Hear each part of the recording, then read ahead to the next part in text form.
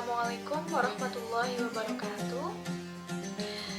Puji syukur kehadirat Allah Subhanahu wa Ta'ala yang telah melimpahkan segala rahmat, taufik serta hidayahnya kepada kita, sehingga kita masih dapat melanjutkan kegiatan akademik kita dengan keadaan sehat sampai pada akhir semester dasar ini.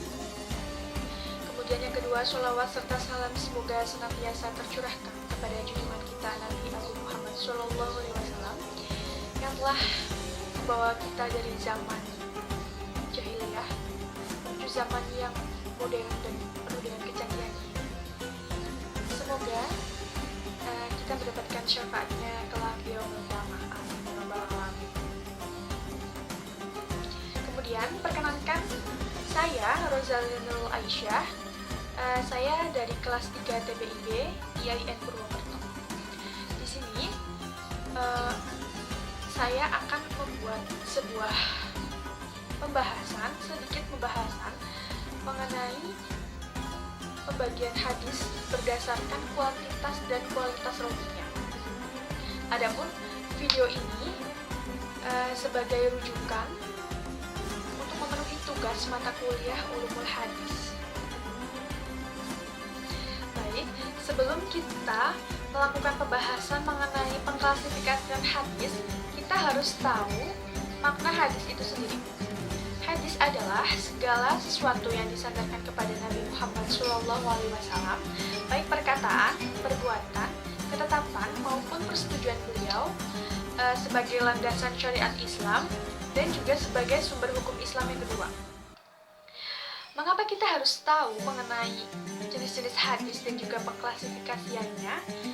Karena ada banyak sekali hadis dan kita harus bisa menentukan mana hadis yang harus kita ikuti dan mana hadis yang harus kita tinggalkan, sehingga kita dapat melaksanakan ibadah ataupun kegiatan kehidupan ini sesuai dengan landasan yang benar. Langsung saja kita mulai pembahasan yang pertama, yaitu pembagian hadis berdasarkan kuantitasnya. Berdasarkan kuantitas rawinya, hadis dibagi menjadi dua. Yang pertama ada hadis mutawatir dan yang kedua ada hadis ahad. Kemudian hadis mutawatir juga dibagi menjadi dua. Yang pertama ada hadis mutawatir lafzi dan juga hadis mutawatir maknawi. Adapun hadis ahad juga dibagi menjadi dua, yaitu hadis masyhur dan ghairu masyhur. Kemudian hadis ghairu masyhur juga dibagi lagi menjadi dua, yaitu hadis aziz dan juga hadis gharib. Dan yang terakhir, hadis gharib dibagi lagi menjadi dua, yaitu hadis gharib mutlak dan juga hadis gharib nisbi. Yang pertama adalah hadis mutawatir. Hadis mutawatir adalah hadis yang diriwayatkan oleh sejumlah orang atau banyak orang, dan secara logika atau kebiasaan, mustahil mereka akan sepakat untuk berdusta. Adapun syarat-syarat hadis mutawatir ada tiga. Yang pertama, diriwayatkan oleh banyak perawi. Yang kedua, adanya keseimbangan antara tabaqat pertama dan tabaqat kedua. Dan yang terakhir, berita yang disampaikan harus berdasarkan panca indera. Selanjutnya adalah hadis ahad. Hadis ahad adalah hadis yang diriwayatkan oleh orang perorangan, dua orang ataupun lebih dari dua orang, namun syaratnya belum cukup untuk dimasukkan ke dalam kategori hadis mutawatir. Dilanjutkan oleh syarat-syarat hadis ahad, yaitu yang pertama, sanadnya bersambung, kemudian tidak ada keraguan atau syadz, dan juga tidak ada cacat ataupun kekurangan, tidak bertentangan dengan sunnah masyhur, tidak bertentangan dengan sahabat, tabi'in, dan juga kitab-kitab umum, tidak ada pertentangan oleh sebagian ulama salaf, dan tidak mengandung penambahan sanad dan matan yang periwayatannya menyendiri dari segi kepercayaannya. Selanjutnya, hadis ahad dibagi menjadi dua. Yang pertama yaitu hadis masyhur. Hadis masyhur yaitu hadis yang diriwayatkan oleh 3 orang perawi atau lebih di setiap tingkatan atau tabaqat, namun tidak sampai pada tingkatan hadis mutawatir. Dan hadis ghairu masyhur yaitu hadis yang diriwayatkan oleh kurang dari 3 orang perawi pada setiap tingkatannya dan belum mencapai pada tingkatan hadis mutawatir.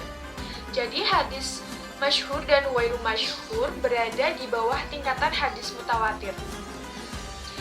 Kemudian hadis ghairu masyhur dibagi menjadi 2, yaitu hadis aziz dan juga hadis gharib. Hadis aziz adalah hadis yang perawinya tidak kurang dari 2 orang dalam semua tingkatan sanad. Dan hadis gharib yaitu hadis yang diriwayatkan oleh seorang perawi yang menyendiri dalam meriwayatkan hadisnya. Yang terakhir, hadis gharib dibagi menjadi 2, yaitu hadis gharib mutlak dan juga hadis gharib nisbi. Hadis gharib mutlak yaitu hadis yang kegharibannya terletak pada asal sanadnya. Dan hadis gharib nisbi yaitu apabila kegharibannya terletak pada pertengahan sanadnya. Selanjutnya, kita beranjak ke pembahasan pengklasifikasian hadis berdasarkan kualitas rawinya. Berdasarkan kualitas rawinya, hadis dibagi menjadi 4, yaitu hadis sahih, hadis hasan, hadis dhaif, dan hadis maudhu. Adapun hadis sahih dibagi menjadi 2, yaitu hadis sahih lidzatihi dan liwailihi. Dan hadis hasan juga dibagi menjadi 2, yaitu hadis hasan lidzatihi dan liwailihi. Yang pertama yaitu hadis sahih. Hadis sahih menurut An-Nawawi adalah hadis yang sanadnya bersambung dengan periwayatannya melalui seorang perawi yang adil dan dhabit, tidak adanya keraguan atau syadz, dan juga tidak adanya cacat ataupun ilat. Begitu pula, berdasarkan pengertiannya, hadis sahih memiliki kriteria sanadnya bersambung, kemudian perawinya bersifat adil dan dhabit, dan matanya terhindar dari ilat dan syadz. Yang kedua yaitu hadis hasan. Hadis hasan yaitu hadis yang bersambung sanadnya, yang diriwayatkan oleh seorang perawi yang adil, namun kurang sedikit kedhabitannya, dan tidak ada kejanggalan atau syadz, dan tidak ada ilat. Adapun kriteria hadis hasan mirip dengan kriteria hadis sahih. Perbedaannya hanya terletak pada sisi kedhabitannya. Pada hadis sahih, seluruh perawinya harus sempurna, sedangkan pada hadis hasan agak sedikit kurang sempurna kedhabitannya. Selanjutnya, yang ketiga yaitu hadis dhaif. Hadis dhaif atau yang biasa kita kenal dengan hadis lemah, menurut Ibnu Shalah adalah hadis yang tidak memenuhi kriteria hadis sahih dan hadis hasan. Dan kriterianya yaitu sanadnya tidak bersambung, perawinya tidak adil dan kurang dhabit, dan terdapat kejanggalan atau syadz di mana masih menyelisihi hadis yang diriwayatkan oleh seorang perawi yang lebih sikoh dibandingkan dirinya, serta adanya ilat atau penyebab samar yang tersembunyi. Walaupun secara lahiriah hadis tersebut terlihat tidak cacat. Dan yang terakhir yaitu hadis maudhu atau yang biasa kita ketahui dengan hadis palsu. Menurut Ibnu As-Shalah yang kemudian diikuti oleh Imam An-Nawawi, hadis maudhu adalah hadis-hadis yang diciptakan atau dibuat-buat. Kemudian ditambahkan oleh Mahmud At-Tohan bahwa hadis maudhu itu adalah kebohongan yang diperbuat dan disandarkan kepada Rasulullah SAW. Kriteria hadis maudhu dapat dilihat dari sanad dan matanya. Yang pertama, dari sanadnya, kita bisa mengetahui melalui pengakuan dari si pemalsu hadis tersebut. Kemudian, perawi tersebut tidak bertemu dengan orang yang diakui sebagai gurunya, dan perawi tersebut dikenal sebagai seorang pendusta. Dan dari segi matan, kita bisa melihat terdapat kerancuan pada lafaz hadis tersebut, dan maknanya juga rusak. Kemudian, matan tersebut juga tidak sesuai dengan akal sehat atau kenyataan. Dan hadis tersebut juga bertentangan dengan nas Al-Quran, hadis mutawatir, atau ijma. Dan mendakwa para sahabat sepakat untuk menyembunyikan suatu pernyataan Rasulullah. Serta hadis tersebut juga menyalahi fakta sejarah yang terjadi pada masa Rasulullah SAW.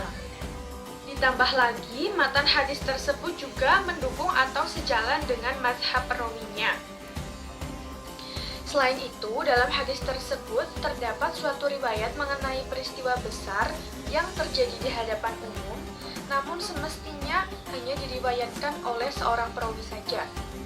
Dan yang terakhir, biasanya hadis tersebut menerangkan sebuah pahala yang sangat besar terhadap suatu perbuatan yang kecil atau sederhana, dan menerangkan tentang siksaan yang sangat hebat terhadap suatu tindakan salah yang kecil.